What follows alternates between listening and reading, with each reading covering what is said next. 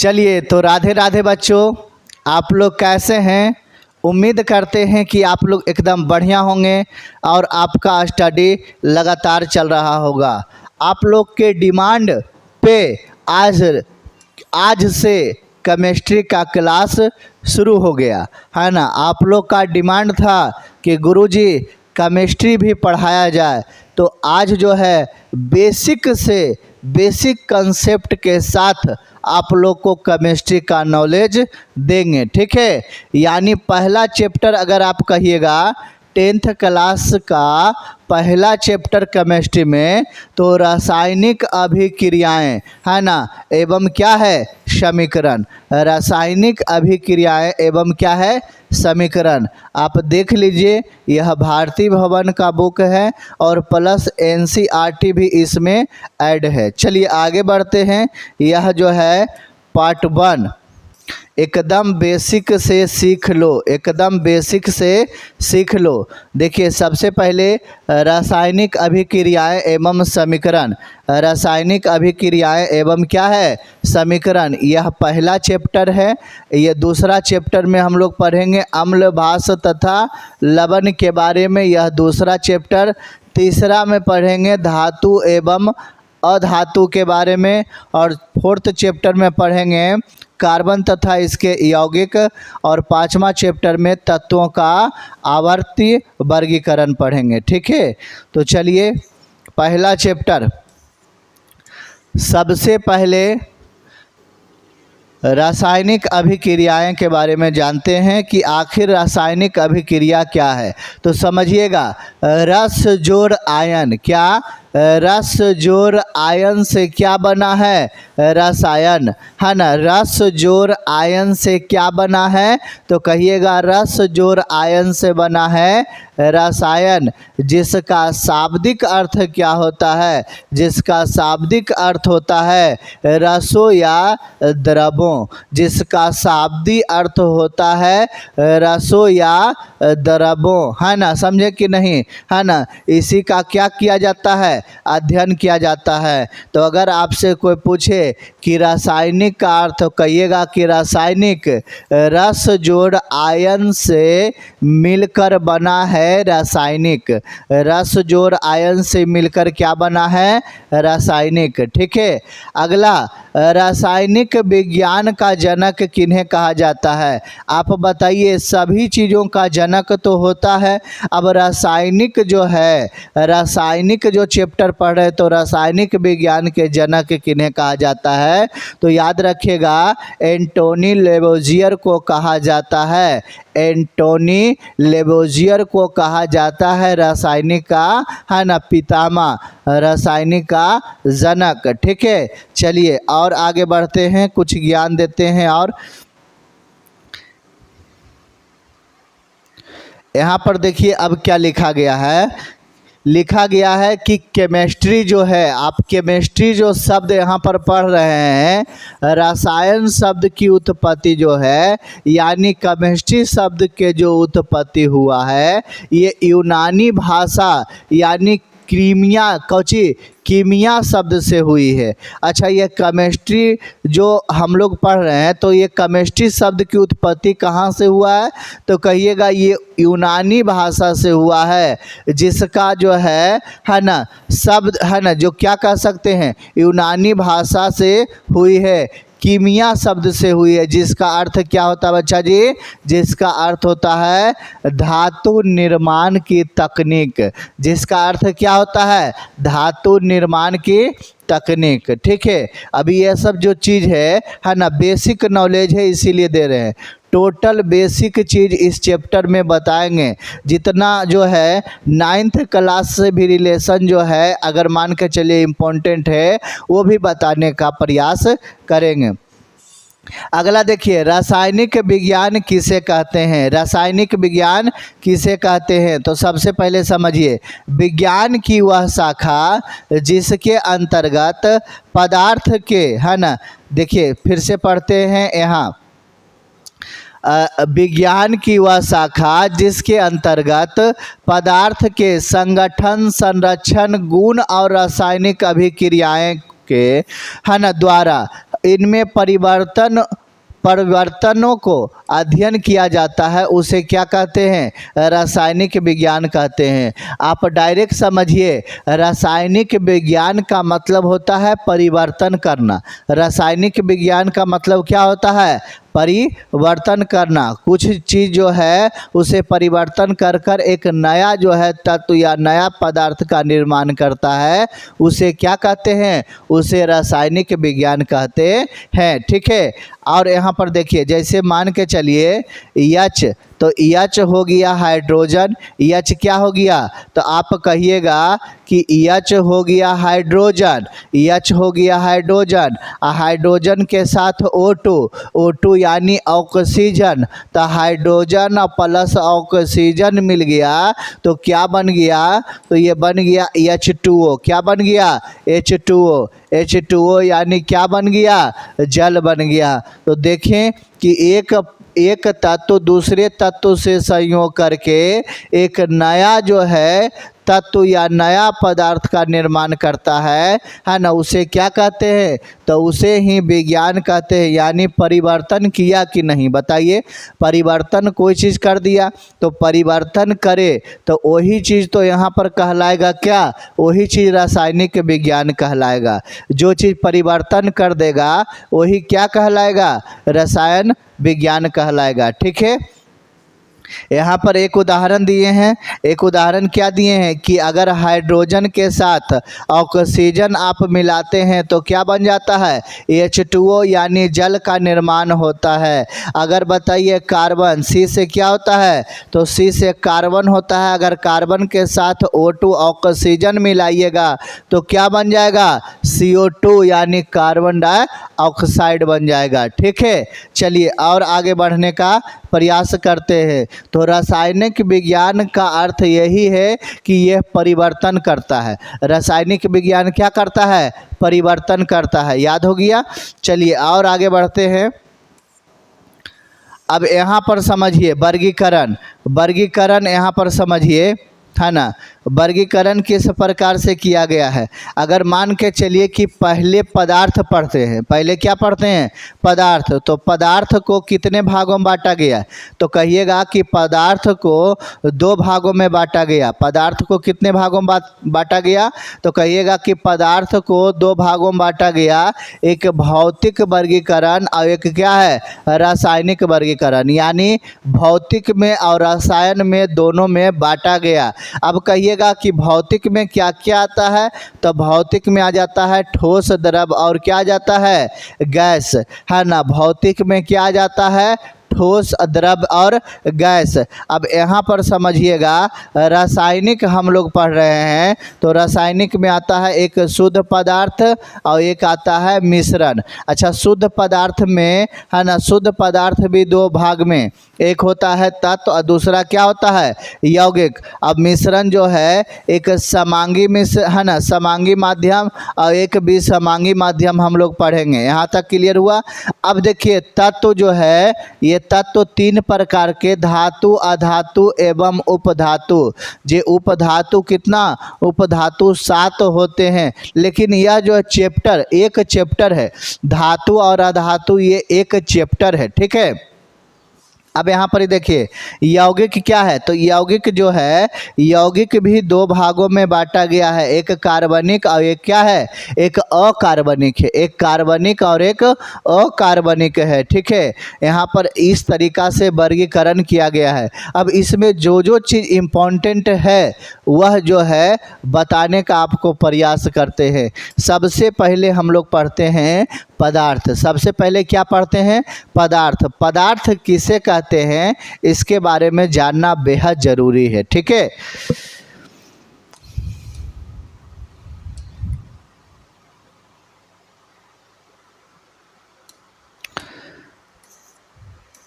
अब आप बच्चा क्लास में भी पढ़े होंगे।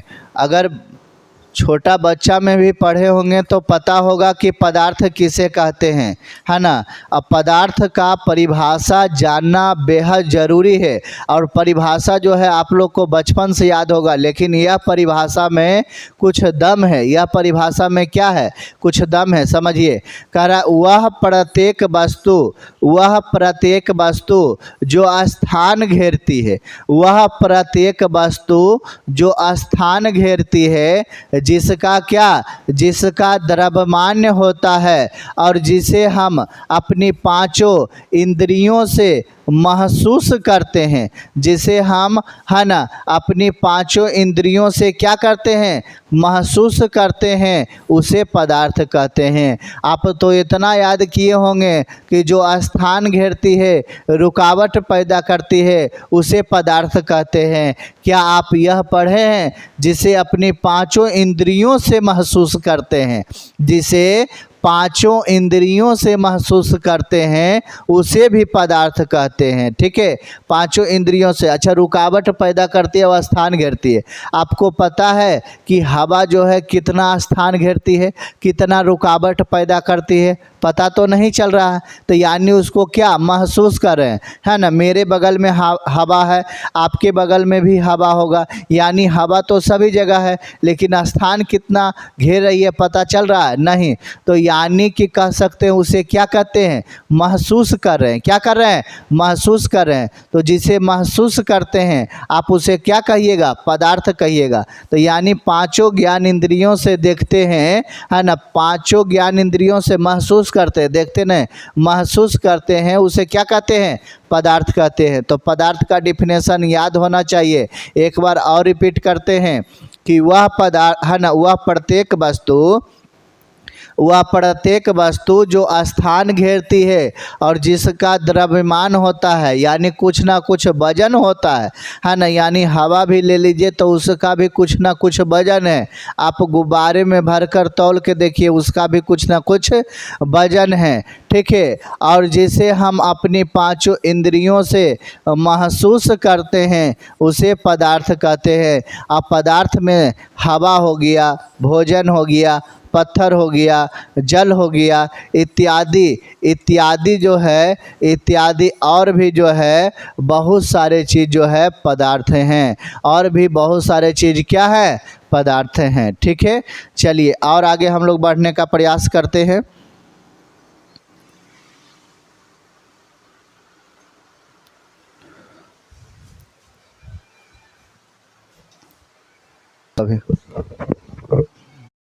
तो यहाँ पर देखिए, चलिए और आगे समझने का प्रयास करते हैं।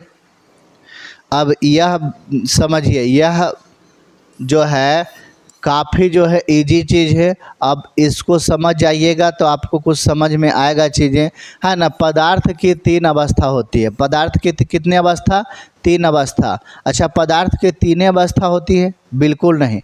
पदार्थ के 5 अवस्था होते हैं, लेकिन अभी बिल्कुल नहीं पढ़ना है। अभी जो है 3 अवस्था के बारे में आप लोग को पढ़ना है।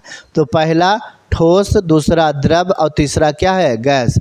ठोस को सॉलिड कहते हैं, द्रव को क्या कहते हैं, लिक्विड कहते हैं, और गैस को क्या कहते हैं, गैसिंग कहते हैं। तो यानी अब विस्तार से यह तीनों के बारे में पढ़ते हैं कि ठोस के कितने अवस्था, पदार्थ के कितने अवस्था, तो 3 अवस्था, और तीनों अवस्था के बारे में विस्तार से जानने का प्रयास करते हैं। ठीक है, अब एक डायग्राम के मदद से आप समझिए। अब इससे आप नहीं समझेंगे तो एक एक करके और बताने का प्रयास करेंगे। सबसे पहले क्या कह रहे हैं कि सॉलिड यानी ठोस। ठोस किसे कहते हैं, तो कहिएगा कि ठोस का कण, यहाँ पर देख रहे हैं जो कण है, ये जो कण है, ये ठोस का कण आपस में एकदम चिपका हुआ है। ठोस का कण क्या है, तो ठोस का कण आपस में एकदम चिपका हुआ है। लेकिन क्या द्रव्य का ठोस कण जो यहाँ पर है ना, द्रव्य का जो कण है यहाँ पर आपस में चिपका हुआ है, बिल्कुल नहीं। थोड़ा सा चिपका हुआ है और थोड़ा सा क्या है, साइड है। लेकिन यहाँ गैस में देखिए, गैस में एक भी कण आपस में चिपका हुआ नहीं है। यानी सारा जो है ना, सारा यहाँ पर कण है एक दूसरे से काफ़ी अलग है। ठीक है, तो गैस वाला समझें। और यहाँ क्या द्रव्य वाला समझें और इधर क्या यहाँ पर समझें सॉलिड यानी ठोस वाला समझें। ये तीनों जो है पदार्थ के तीन अवस्था आप समझ में थोड़ा सा आया होगा। अभी एक एक डिफिनेशन सभी में देंगे, ठीक है। जिसका कण आपस में एकदम सटा हुआ रहे, जिसका कण आपस में चिपका हुआ रहे उसे ठोस कहते हैं। जिसका कण आपस में उतना ही चिपका हुआ नहीं, माने थोड़ा सा चिपका हुआ भी है और थोड़ा सा साइड है, उसे क्या, उसे आप कह दीजिएगा लिक्विड यानी द्रव। और जिसका कण आपस में दूर दूर हो उसे क्या कह दीजिएगा, गैस कह दीजिएगा, ठीक है। चलिए आगे बढ़ते हैं। अब एक एक चीज़ों को बारे में विस्तार से जानने का प्रयास करते हैं, ठीक है। अब यहाँ पर देखिए क्या कह रहा है कि ठोस जो है, सॉलिड जो है किसे कहते हैं, तो कहिएगा वैसा पदार्थ जिसका आकार और आयतन दोनों निश्चित होता है। वैसा पदार्थ जिसका आकार और आकार यानी शेप और आयतन दोनों निश्चित होता है। अच्छा, आयतन आपको बताने का प्रयास करते हैं। आयतन किसे कहते हैं, कहिएगा कि जो वस्तु जितना जगह छेकती है वो क्या कहलाता है, आयतन कहलाता है। क्या बताएं कि जो वस्तु जितना जगह छेकती है उसका क्या है, आयतन है। अब बताइए कि जिसका आकार जो है, आकार, अब कहिएगा कि यह जो है त्रिभुज है, यह क्या है, त्रिभुज है। तो बताइए त्रिभुज जो है, मान के चलिए यह त्रिभुज ठोस कर देते हैं, यह त्रिभुज जो है क्या ठोस बना देते हैं। अब ठोस बना देते हैं तो इसका आकार जो है, आकार क्या है, तो कहिएगा आकार तो इसका निश्चित है।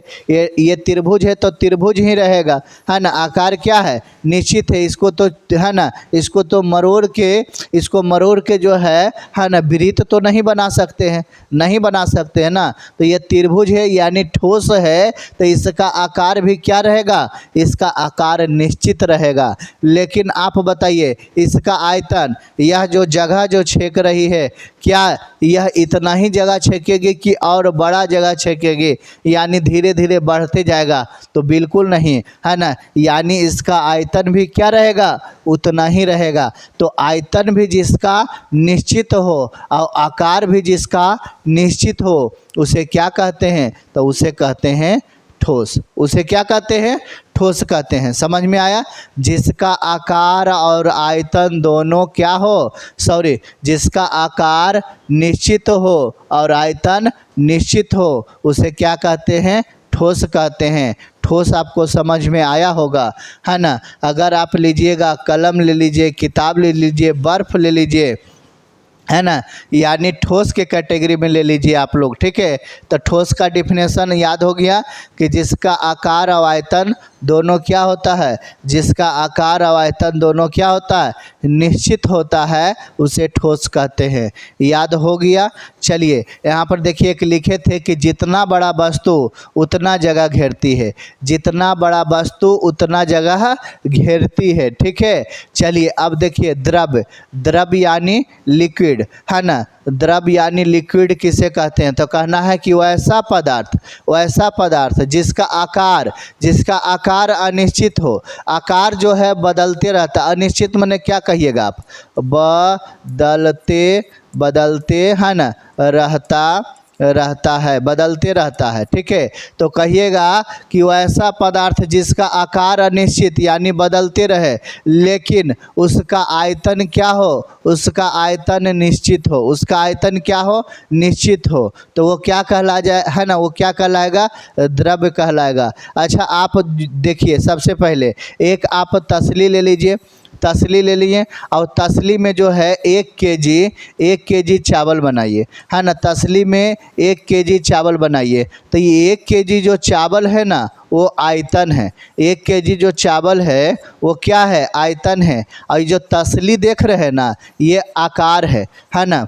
ये तसली जो क्या है, ये तसली आकार है, और इसमें जो चावल है वो चावल क्या है, आयतन है। समझे? अच्छा, यह जो है इसका आकार जो है, ये तसली का आकार हम चेंज कर देते हैं, लेकिन आयतन चेंज होगा। अगर यही वाला चीज़ हम कहेंगे कि दूसरा बर्तन में बनाइए, यानी दूसरा बर्तन में बनाइए, यानी ये जो है चावल तसली में नहीं बनाकर, है ना, तसली में नहीं बनाकर क्या चीज़ में बनाना है, तो कहिएगा टप में बनाइए या कुकर में बनाइए, है ना, या कुकर में बना लीजिए। ठीक है, तो यहाँ पर समझिए कि यह 1 केजी चावल जो है, 1 केजी चावल ये कुकर में बना रहे हैं, तो आप कहिएगा कि कुकर तो सर आयतन है, कुकर नहीं, चावल जो है इसके अंदर जो चावल है वो क्या है, आयतन है। ये आयतन है, जो जगह छेक रही है कुकर के अंदर, ये आयतन है। लेकिन अभी बताइए ये जो कुकर है ये क्या है, तो कहिएगा कुकर जो है आकार है। अब बताइए कि आयतन बदला, कहिएगा नहीं, आयतन तो नहीं बदला। 1 किलो चावल इसमें भी बन रहा है और 1 किलो चावल इसमें भी बन रहा है, तो आयतन तो नहीं बदला, लेकिन आकार बदल गया। तो कहिएगा हाँ, आकार इसका अलग है और आकार इसका अलग है, यानी आकार में चेंज हो गया। तो कहिएगा कि जिसका आकार बदल जाए, जिसका आकार बदल जाए लेकिन आयतन नहीं बदले, उसे क्या कहते हैं, तो उसे द्रव्य कहते हैं। उसे क्या कहते हैं, द्रव्य कहते हैं। क्लियर हो गया? समझ में आया कि जिसका आकार बदल जाए लेकिन आयतन नहीं बदले। अच्छा, यहाँ पर देखिए कुरकुरे आप लोग खाए होंगे, तो कुरकुरे जो है ना, कोई कोई कुरकुरे इतना छोटा रहता है, और इतना छोटा कुरकुरे में मात्र 5 से 8 पीस रहता है, 5 से 8 पीस रहता है, और कोई कोई इतना बड़ा जो है पैकेट कर देता है और इसमें भी जो है 5 से 8 पीस रहता है। ठीक है, तो यानी कि ये कुरकुरे का पैकेट आप जो देख रहे हैं, ये पैकेट क्या है, तो कहिएगा कि पैकेट इसका आकार है। पैकेट क्या है, आकार है, लेकिन ये जो इसमें कुरकुरे का जो मटेरियल है वो क्या है, आयतन है। तो यानी आयतन तो बढ़ ही नहीं रहा, यानी आयतन उतना ही है, 8 पीस इसमें है तो 8 पीस इसमें है, आयतन उतना ही है, लेकिन बढ़ कुछ गया। तो कहिएगा आकार जो है इसका आकार क्या हो गया, अनिश्चित हो गया, यानी आकार जो है बदल गया लेकिन आयतन नहीं बदल रहा, आयतन नहीं बदल रहा है। ठीक है, चलिए आगे हम लोग बढ़ते हैं। एग्जाम्पल में तो तेल है ना, पानी है, दूध है। अब देखिए यहाँ पर एक डायग्राम के मदद से भी बताने का प्रयास किए, यहाँ पर एक डायग्राम के मदद से बताने का प्रयास किए कि जिसका आकार अनिश्चित तथा आयतन निश्चित हो, जिसका आकार अनिश्चित तथा आयतन क्या हो, निश्चित हो। यानी आकार देख रहे हैं, आकार इसका वृत्त है तो आकार इसका घन है, यहाँ पर देख रहे हैं आकार में क्या हो गया, चेंज, यानी आकार को क्या कहते हैं, शेप कहते हैं, आकार में हो गया चेंज। क्या जिस इतना रसगुल्ला एकरा में है, मान के चलिए ये रसगुल्ला है, ठीक है, अभी रसगुल्ला इतना है, वही रसगुल्ला इसमें कर दिए, तो बताइए कि आयतन दोनों का फिक्स है कि नहीं, आयतन फिक्स है लेकिन आकार क्या है, अनिश्चित हो गया। ठीक है, चलिए और आगे बढ़ते हैं।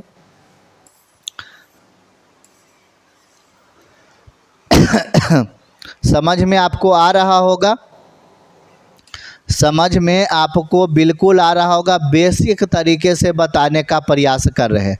अब देखिए क्या है, गैस, गैस किसे कहते हैं, तो कहिएगा वैसा पदार्थ जिसका आकार और आयतन दोनों अनिश्चित है, वैसा पदार्थ जिसका आकार और आयतन दोनों क्या हो, अनिश्चित हो, दोनों अनिश्चित हो। आप कहिएगा कि हवा का कोई आकार है ना, गैसीय अवस्था में तो है, हवा का कोई आकार है कि इतना को लगता है देखने में कि इतना बड़ा है देखने में, नहीं, है ना, हवा का कोई आकार नहीं है। तो जब उसका आकार क्या हो, अनिश्चित हो, है ना, आकार क्या हो, अनिश्चित हो। अच्छा, उसका आयतन पता है कि कितना जगह छेकती है ना, आपके बगल में भी हवा बैठल है, पता है कि वो कितना जगह छेक रही है, नहीं। तो यहाँ पर आप कह सकते हैं कि जिसका आकार और आयतन दोनों अनिश्चित हो, पता ही नहीं चले, दोनों क्या हो, अनिश्चित हो। ठीक है, दोनों अनिश्चित हो, उसे क्या कहते हैं, तो उसे गैस कहते हैं। उसे क्या कहते हैं, उसे गैस कहते हैं। ठीक है,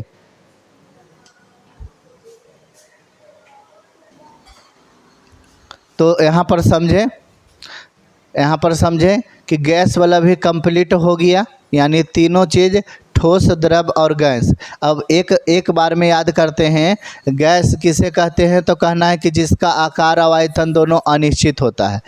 जिसका आकार और आयतन दोनों अनिश्चित होता है उसे गैस कहते हैं। जिसका आकार और आयतन दोनों निश्चित होता है उसे ठोस कहते हैं।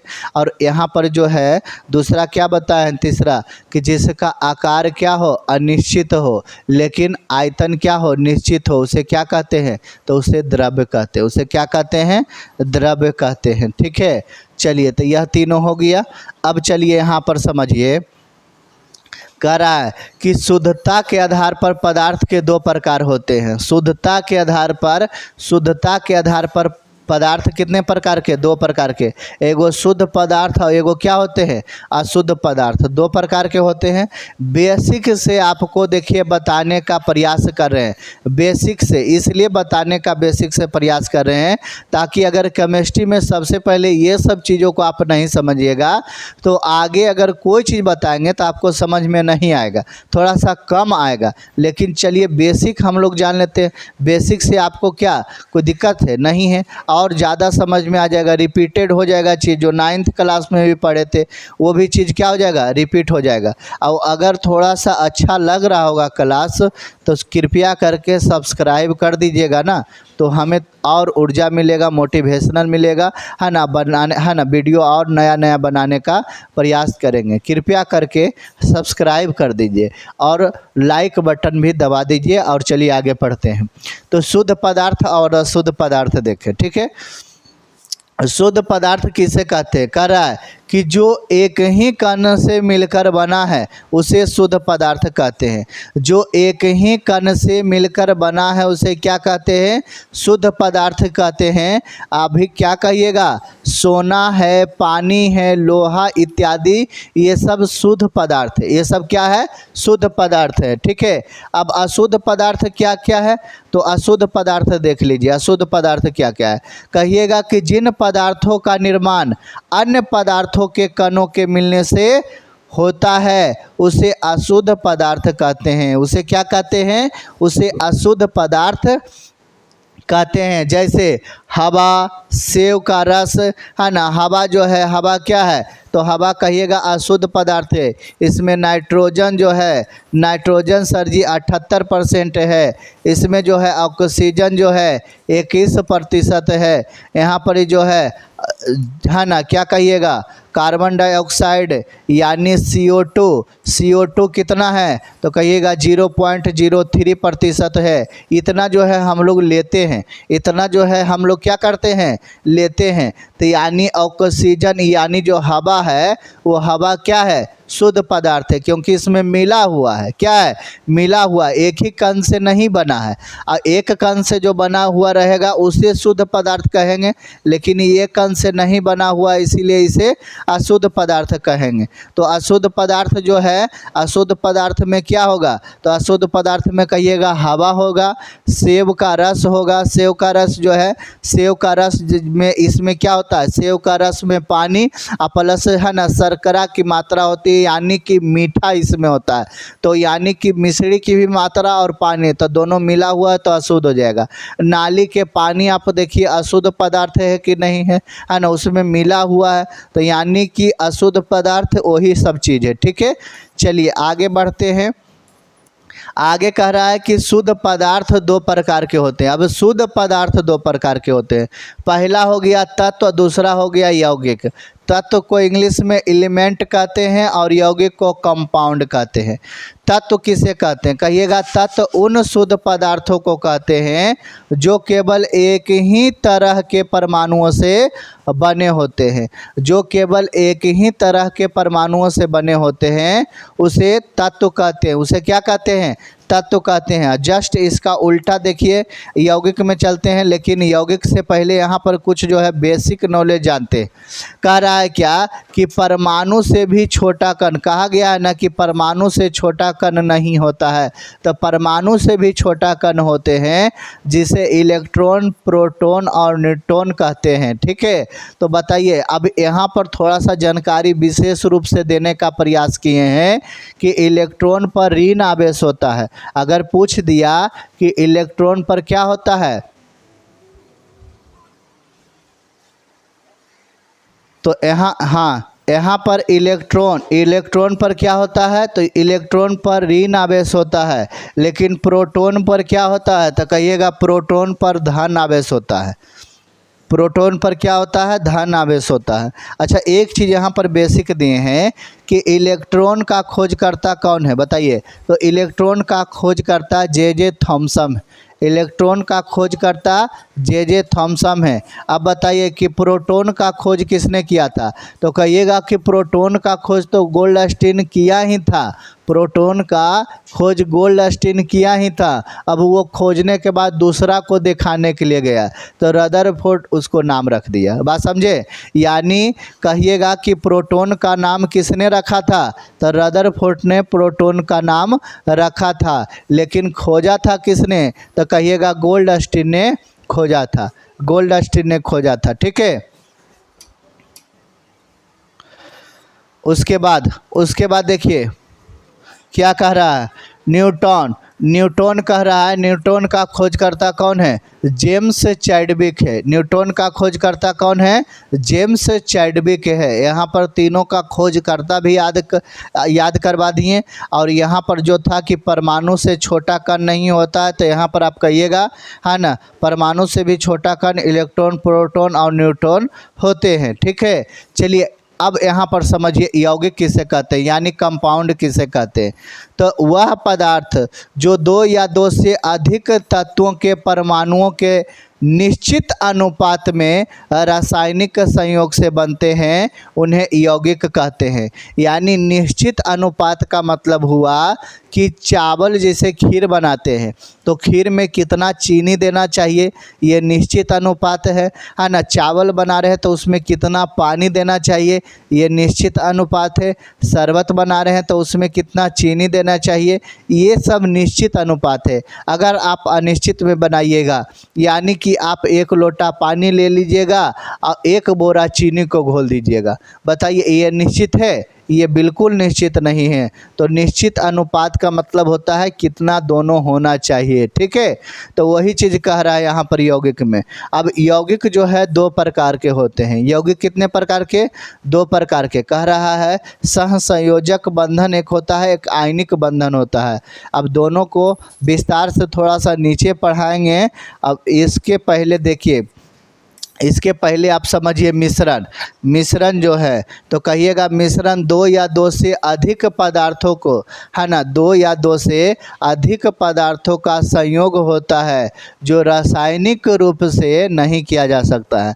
मिश्रण में रासायनिक रूप से नहीं किया जा सकता है, याद रखिएगा। उसे क्या कहते हैं, मिश्रण कहते हैं। ठीक है, खिचड़ी आप कह दीजिए कि खिचड़ी में क्या क्या होते हैं, तो खिचड़ी में दाल होते हैं, चावल होते हैं, नमक होते हैं, मिर्चाई होते हैं, और क्या होते हैं, हल्दी होते हैं, तेल होते हैं। यानी सभी चीज़ खिचड़ी में क्या होते हैं, मिक्स होते हैं, तो उसे कह दीजिए मिश्रण, है ना। लेकिन खिचड़ी के बारे में यहाँ पर पढ़ना नहीं है। ठीक है, चलिए आगे बढ़ते हैं। अब समझिए यहाँ पर तत्व के बारे में समझिए। यहाँ पर जो है पूरा 118 गो तत्व है, 118 तत्व के बारे में समझिए। तत्व, संकेत, परमाणु संख्या, तत्व, संकेत और क्या है, परमाणु संख्या। अच्छा, यहाँ पर देख रहे हैं हाइड्रोजन का परमाणु संख्या जो है 1 होता है, लेकिन इसे क्या चीज़ से संकेत किया जाता है, तो बड़की एच से। हाइड्रोजन को क्या चीज़ से जो है ना, संकेत इसे क्या चीज़ से सूचित किया जाता है, तो कहना बड़ा एच से हाइड्रोजन होता है।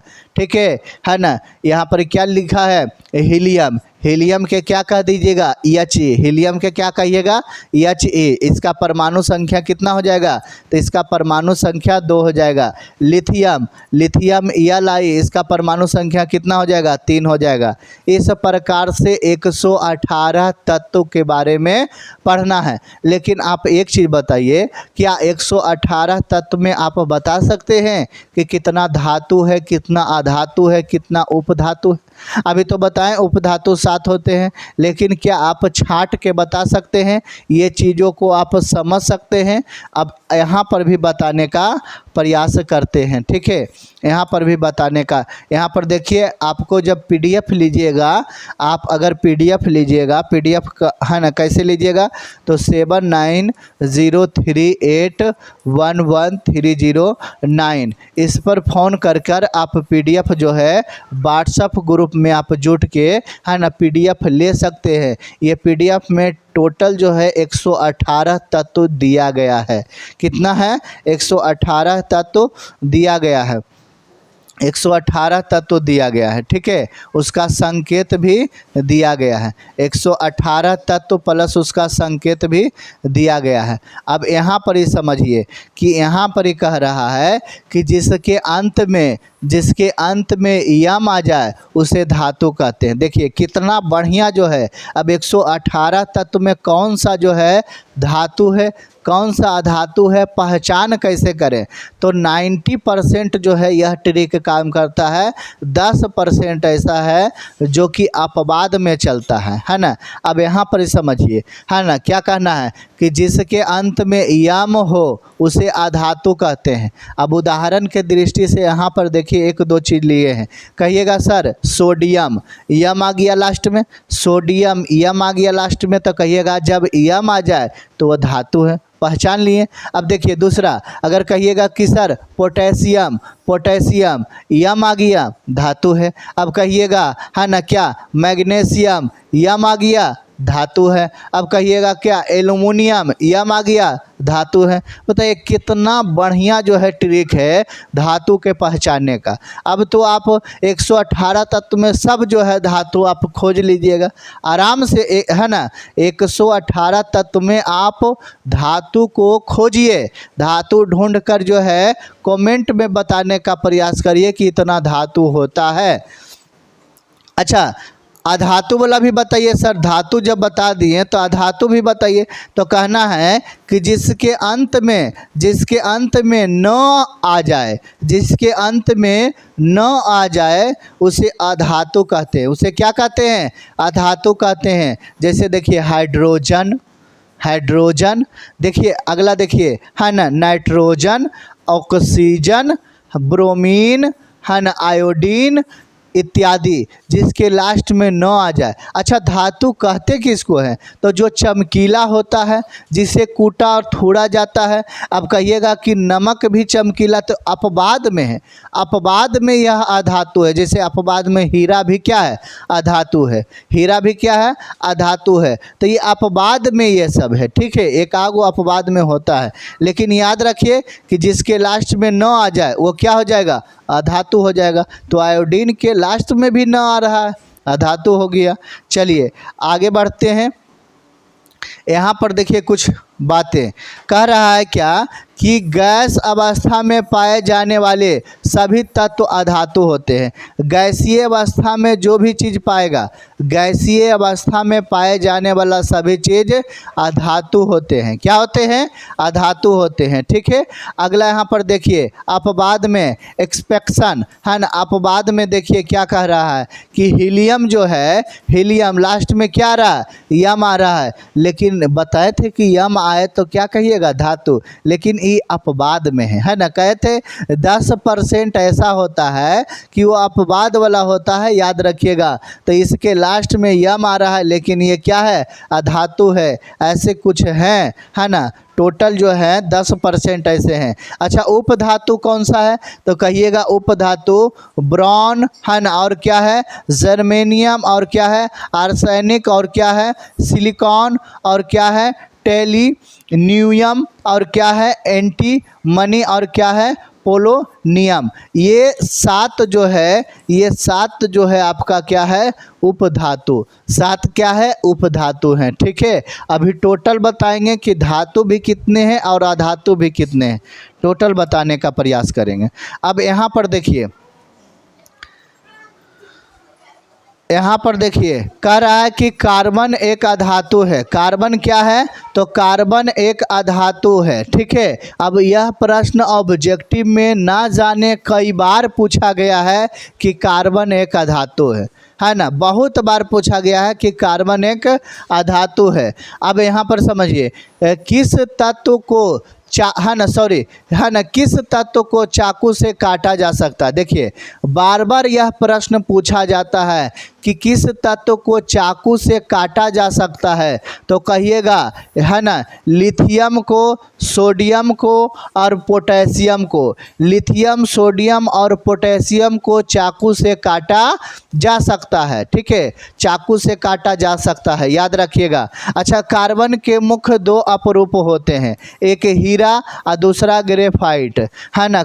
पूछेगा कि कार्बन के कितने अपरूप होते हैं, तो कहिएगा कार्बन के 2 अपरूप होते हैं, एक हीरा और एक ग्रेफाइट। अच्छा, पृथ्वी पर जो है प्राकृतिक में सबसे कठोर पदार्थ कहिएगा, तो यहाँ पर जो है प्राकृतिक रूप से सबसे कठोर पदार्थ कौन सा आ जाता है, हीरा, है ना। प्राकृतिक रूप से अगर कठोर पदार्थ पूछे तो क्या होगा, हीरा हो जाएगा, याद रखिएगा। अच्छा, निष्क्रिय गैस या अक्रिय गैस के नाम लिखने, एग्जाम में आएगा कि 2 या 3 जो है ना, कौन सा, तो निष्क्रिय गैस का नाम लिखिए या अक्रिय गैस का नाम लिखिए। अच्छा, निष्क्रिय गैस और अक्रिय गैस कौन सा है बताते हैं। जैसे कि आप विद्युत बल्ब देखे होंगे, उसमें जो है निष्क्रिय गैस और अक्रिय गैस जो है भरा जाता है। ठीक है, यानी कह सकते हैं निष्क्रिय गैस कौन सा है, तो कहिएगा हीलियम है, आर्गन है, रेडॉन है, नियॉन है इत्यादि, और भी जो है ये सब निष्क्रिय गैस में आते हैं। ये सब क्या आते हैं, निष्क्रिय गैस में आते हैं। ठीक है, अब यहाँ पर समझिए, यहाँ पर जो है ना, कुल तत्व कितने होते हैं, तो कहिएगा कि कुल तत्व 118 होते हैं। कुल तत्व कितने होते हैं, तो कहिएगा कुल तत्व 118 होते हैं। ठीक है, अच्छा, सबसे हल्का तत्व कौन सा होता है, तो कहिएगा कि सबसे हल्का तत्व हाइड्रोजन होता है। सबसे हल्का तत्व हाइड्रोजन होता है। सबसे भारी तत्व कौन होता है, आर्सेनियम होता है ना। सबसे हल्का धातु कौन सा होता है, तो सबसे हल्का धातु लिथियम होता है। सबसे हल्का धातु कौन सा होता है, लिथियम होता है। द्रव अवस्था में धातु बताइए, तो कहिएगा पारा और मरकरी। द्रव अवस्था में कोई धातु पूछेगा तो कहिएगा पारा और मरकरी। द्रव अवस्था में कोई अधातु पूछेगा तो क्या कहिएगा, ब्रोमीन। सबसे क्रियाशील धातु जो है सीजियम है। सबसे जो है क्रियाशील धातु कौन सा है, तो सीजियम है, याद हो गया। चलिए और आगे बढ़ते हैं, कुछ बातें यहाँ पर देखिए जानने का प्रयास करते हैं। सबसे क्रियाशील अधातु, तो कहिएगा कौन सा है, फ्लोरीन है। सबसे क्रियाशील अधातु फ्लोरीन है। यहाँ पर हड्डियों एवं दांतों में पाए जाने वाला तत्व कौन सा है, तो कहिएगा कैल्शियम और फास्फोरस है।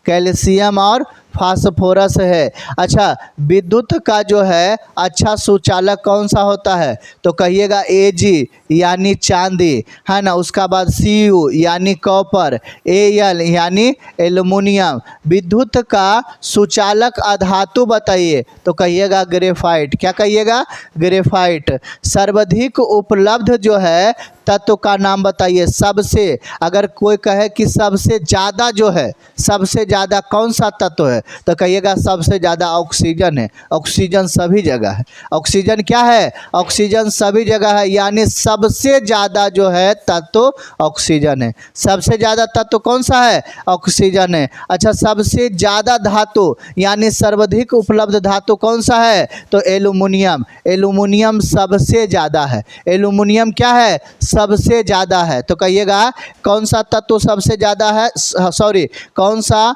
है ना धातु सबसे ज़्यादा है? तो एल्युमिनियम। अच्छा, प्राकृतिक में यहाँ पर ही बताइए, प्राकृतिक में टोटल जो है तत्व कितने हैं? तो कहिएगा प्राकृतिक में टोटल 98 तत्व। कितने? 98 तत्व है, जिसमें से धातुओं की संख्या कितना है? 93 है। धातुओं की संख्या बताए हैं कि यम जो है, जिसके लास्ट में यम आए वह जो है धातु है, आप निकालिए और 93 जो है धातु का नाम लिख कर दिखाइए। ठीक है, उसके बाद है अधातुओं की संख्या कितना है? 18, जिसके लास्ट में न आए वो क्या है? अधातु है। और अधातुओं की संख्या कितना है? तो अधातुओं की संख्या 18 है।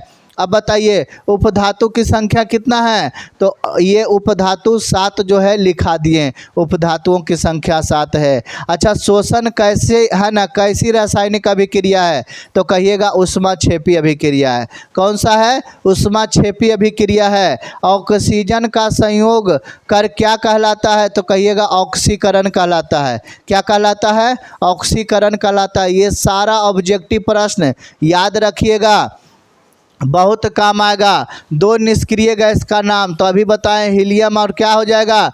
नियॉन हो जाएगा। हाइड्रोजन का संयोग क्या कहलाता है? अवकरण कहलाता है। क्या कहलाता है?